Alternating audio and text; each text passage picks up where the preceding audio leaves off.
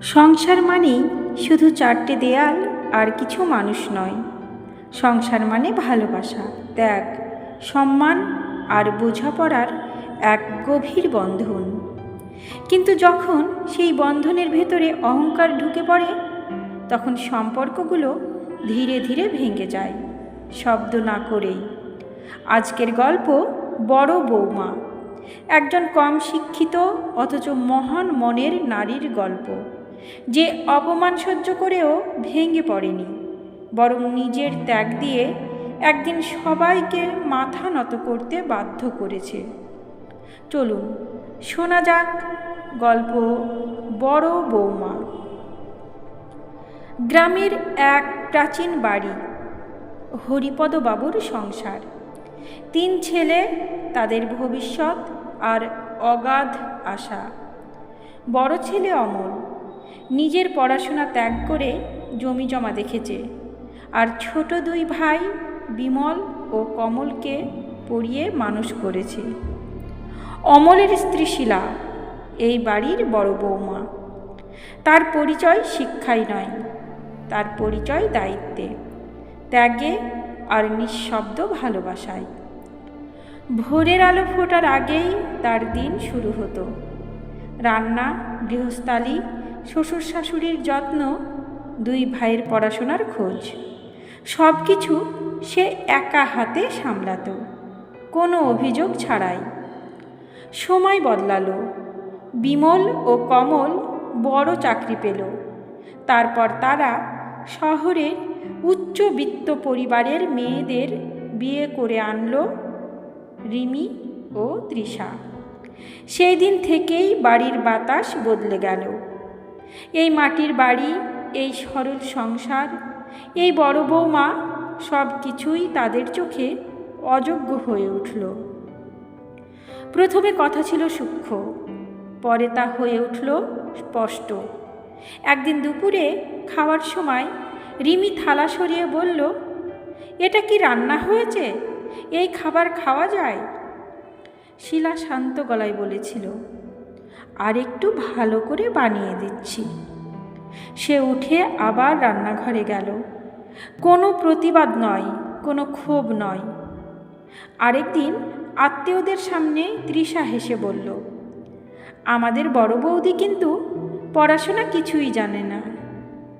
হাসির ফোয়ারা উঠল।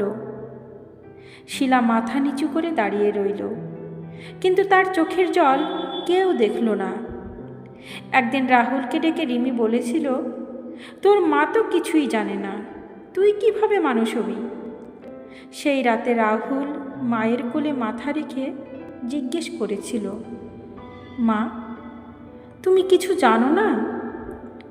শীলা মৃদু হেসে বলেছিল, আমি সব জানি না বাবা, কিন্তু একটা জিনিস জানি, মানুষ হতে হলে মানুষকে সম্মান করতে হয়। অপমান বাড়তে লাগলো। একদিন রিমি সোজাসুজি বলল, এই বাড়িতে আমাদের থাকা সম্ভব নয়। বিমল ও কমল কোনো প্রতিবাদ করল না, বরং তারা শহরে ফ্ল্যাট কিনে আলাদা হয়ে যাওয়ার সিদ্ধান্ত নিল।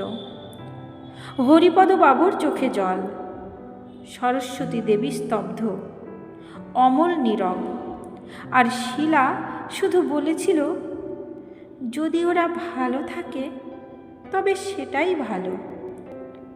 ছেলেরা চলে যাওয়ার কিছুদিন পরেই হরিপদবাবু অসুস্থ হয়ে পড়লেন। চিকিৎসার জন্য অর্থ ছিল না। শীলা নিজের শেষ সোনার গয়নাটুকুও বিক্রি করে দিল। খবর দেওয়া হয়েছিল, কিন্তু শহরের ছেলেরা এলো না। শেষ রাতে হরিপদবাবু শীলার হাত ধরে বলেছিলেন, তুই আমার মেয়ে, বৌমা নয়। তারপর নিঃশব্দে তিনি চলে গেলেন।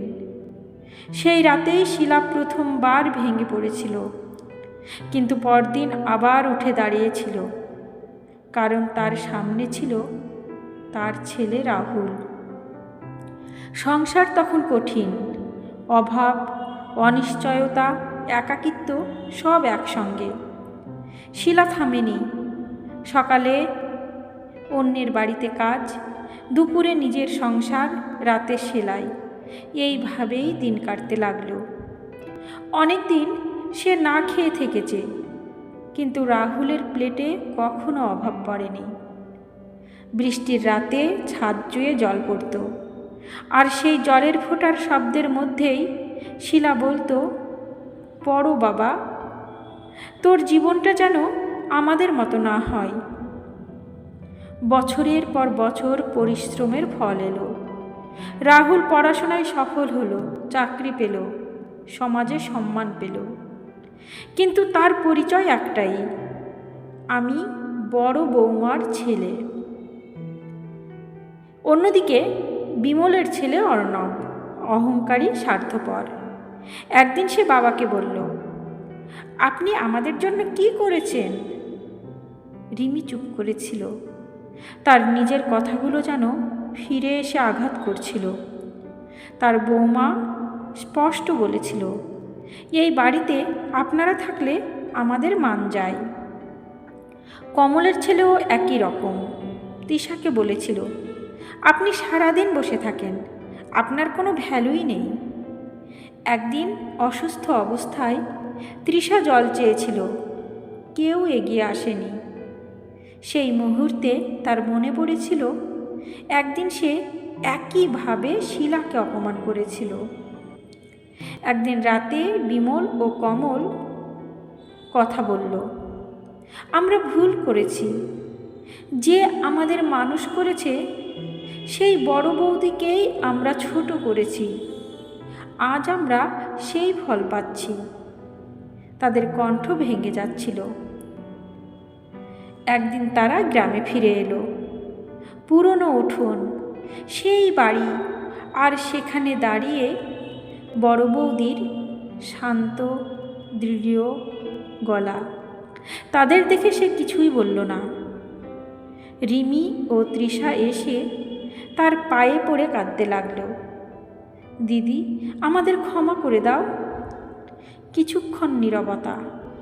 তারপর শিলা বলল, ক্ষমা করা কঠিন নয়, কিন্তু মনে রাখো, সম্মান ছাড়া কোনো সম্পর্ক টেকে না। ঠিক তখন রাহুল সামনে এসে দাঁড়ালো। আমার মা অপমান সহ্য করেছে, কষ্ট সহ্য করেছে, কিন্তু কাউকে ছোট করেনি। আজ আমি গর্ব করে বলি, আমি এই বড় বৌমার ছেলে। সবাই মাথা নিচু করে দাঁড়িয়ে রইল। অমল ধীরে ধীরে এসে বলল, এই সংসারটা বেঁচে আছে শুধু ওর জন্য। তিন ভাই একে অপরকে জড়িয়ে ধরল, কিন্তু সেই মুহূর্তে সবচেয়ে উঁচু হয়ে দাঁড়িয়েছিল একজন বড় বৌমা। অহংকার মানুষকে অন্ধ করে দেয়, আর ত্যাগ মানুষকে বড় করে তোলে।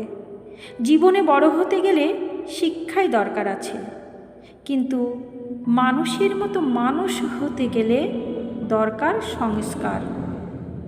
গল্পটা যদি আপনার মনে দাগ কাটে, তাহলে লাইক, শেয়ার আর সাবস্ক্রাইব করতে ভুলবেন না।